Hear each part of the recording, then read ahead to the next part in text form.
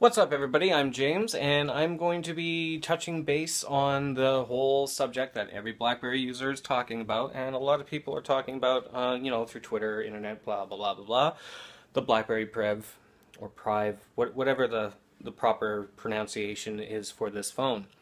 And I just had some thoughts I want to run down. Me personally, my first thing I'm just going to clarify, am I going to get this phone? I don't know. I'm really half and half on that. I do want to kind of give it a little bit of time so they can do any updates that might need fixing. Am I interested in the phone? Yeah, actually I am. And in all honesty, there's a few reasons. First off, I'm really curious to see how they're going to mix both the interfaces, like Android and BlackBerry. And then also, I want to see what they mainly stick with. Like the BlackBerry hub, on the Passport, the hub is great. Even with the ability to flip back and forth between a whole bunch of things and being able to do as much multitasking and productivity that I can with this phone. Now, I've had comments before in other videos with people saying, oh, you can't just say BlackBerry's the only phone that you can be productive on. No, that's true, and I've touched base on that before, but for me, my productivity with this phone went up.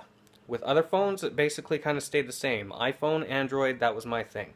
So I'm hoping that they really put a lot of effort into this unit and also made it so the productivity stays the same with the BlackBerry features. The other thing I like, of course, is the security, but the one thing I am kind of looking forward to, now me personally, I'm not a big app person, but I am looking forward to being able to have a full screen. And if you've seen the pictures of the Priv, the screen looks good for Netflix. I mean, that would be great. That'd be really convenient for me. So, and that I like watching Netflix every once in a while when I'm in between meetings and just kind of sitting in my car waiting. Of course, after I've caught up on everything I need to do. Other things I really hope stay with it. The battery. The battery is really important, especially for me if I'm going to get this. As you know, I have the BlackBerry Passport. I also have the Classic, and the battery on the Classic's great as well. My main thing is the Passport. Gets me through my day. I can burn through batteries quite quickly. So I'm really hoping that it does not have the Samsung quality battery, where, as an example, when I had the Galaxy S4 and the S5, I would turn the phone on, set it down, go get ready, come back 30 minutes later, look at the phone, and it's already down to 95%, which made no sense because I haven't even used it. It takes me about 2 hours to get down to 95% using my my Passport. So, I mean, that's another thing that I really hope they keep is the quality of the battery. Pardon me, I couldn't avoid doing that. So, yeah, I don't know. Aside from that, I'm really curious to see the layout. I'm curious to see all the additional features that they're going to come out with. Again, am I going to get the phone? I don't know. I've had the BlackBerry Torch before, and I wasn't really fond of the whole slider bit. Actually, I only used it for a couple of days, and then I went and got myself a Bold.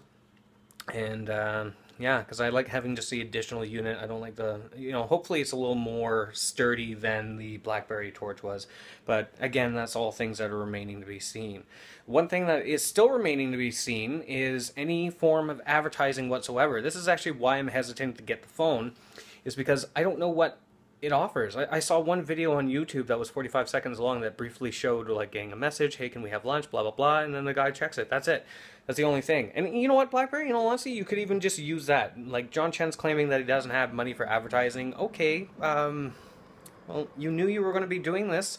Don't you think it would have been an idea to allocate it? Like, you can't rely on people who already have BlackBerries to continue buying your new products, especially at points where, a lot of us just bought the Passport a couple months ago. I just got mine about 2-3 months ago, I think now. And I absolutely love the phone, but one thing is nobody knows about it. Like, whenever I have this phone out, and people are like, oh, what is that? Oh, it's a BlackBerry Passport. Oh, I thought that, same thing. This has been said in other videos, so I'm not going to touch base on that.